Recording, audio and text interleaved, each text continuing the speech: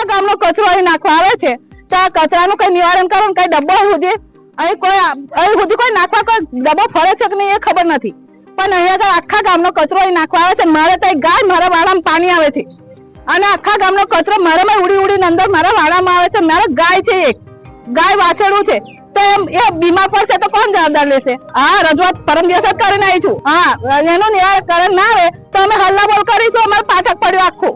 વાઘોડિયા મોટા પાટક ફરિયા પાસે આવેલ ગટર જે ગેબનસા બાવા નીલકંઠ મહાદેવ અને જૂની કન્યા શાળા અને સૂર્યોદય વિદ્યાલય આગળ જે ગટર ઉભરાય છે, વારંવાર નગરપાલિકામાં રજૂઆત કરવા છતાં હજુ કોઈ પણ એનું નિવારણ આવ્યું નથી. ઉપરાંત વારંવાર મૌખિક આપણે જાણ કરી છે નગરપાલિકામાં. 25 ફેબ્રુઆરીએ મીડિયાથી અમે જાણ કરી છે. ઉપરાંત અમે 14 ઓગસ્ટે મૌખિક બી લેખિતમાં બી અમે જાણ કરેલી છે અને વારંવાર અરજી કરેલી છે.